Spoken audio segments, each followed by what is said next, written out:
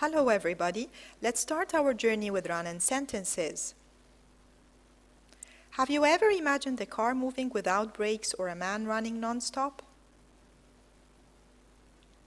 Definitely the consequences are disastrous. The car would put an end to anything that appears on its way, and the man would simply feel completely drained of energy. The English sentences with its independent and dependent clauses can also experience the same destructive effects. This occurs if they run one after the other without a meaningful pause that punctuation marks or conjunctions offer. This is the danger zone.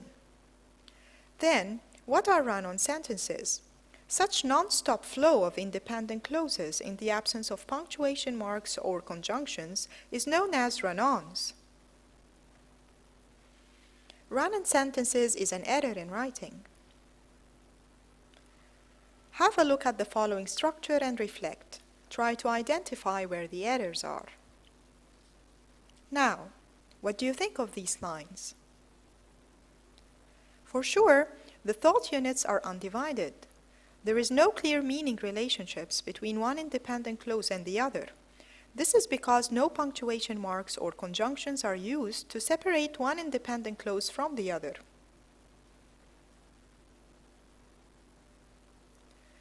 Now, have a look at this edited version and try to realize how correct it is. How do you feel?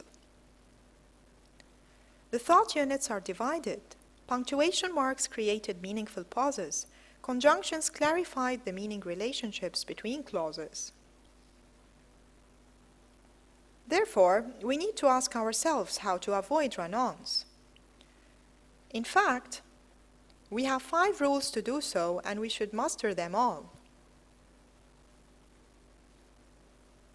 First, separate independent clauses using a full stop followed by a capital letter.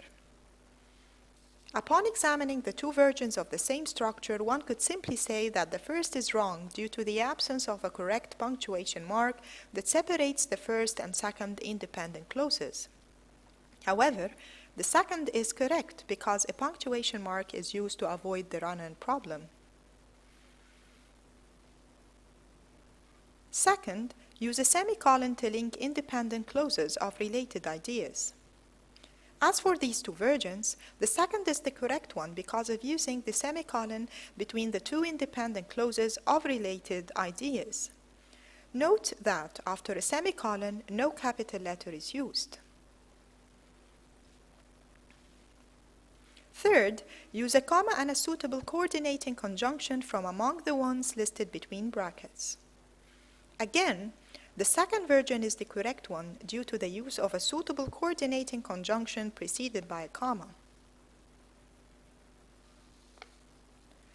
Fourth, use a suitable conjunctive adverb from among the ones listed between brackets as in the following examples. If we have a look at these versions, the third and fourth are the correct ones due to the use of a suitable conjunctive adverb and correctly placed punctuation marks. We need to note that if the conjunctive adverb comes between 2 independent clauses, it should be preceded by a semicolon and followed by a comma. However, if the conjunctive adverb is used to start a new clause, it should be capitalized and then followed by a comma as clarified in the examples. Fifth, use one of the subordinating conjunctions from among the ones listed below.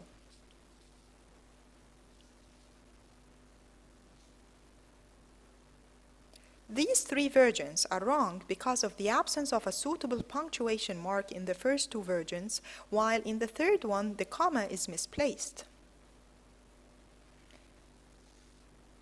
Then let's have a look at these edited versions. If we start a sentence with a subordinating conjunction, then a comma is used to separate between the dependent and independent clauses. However, if the subordinating conjunction is placed in the middle of 2 clauses, then no punctuation mark is used. It's time for you now to test yourself. Rewrite the following structure by avoiding run-ons.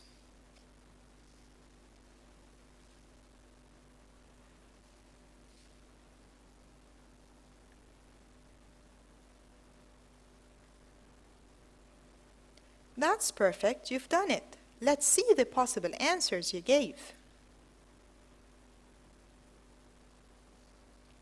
Certainly, you have correctly used punctuation marks and suitably related conjunction words in accordance with the 5 rules you've learned. I hope you've enjoyed it. It's the end of the beginning, as you can proceed with more practice. And as the proverb says, practice makes perfect. Do not hesitate to contact the English Department Writing Center at the BUE for further assistance. Thank you.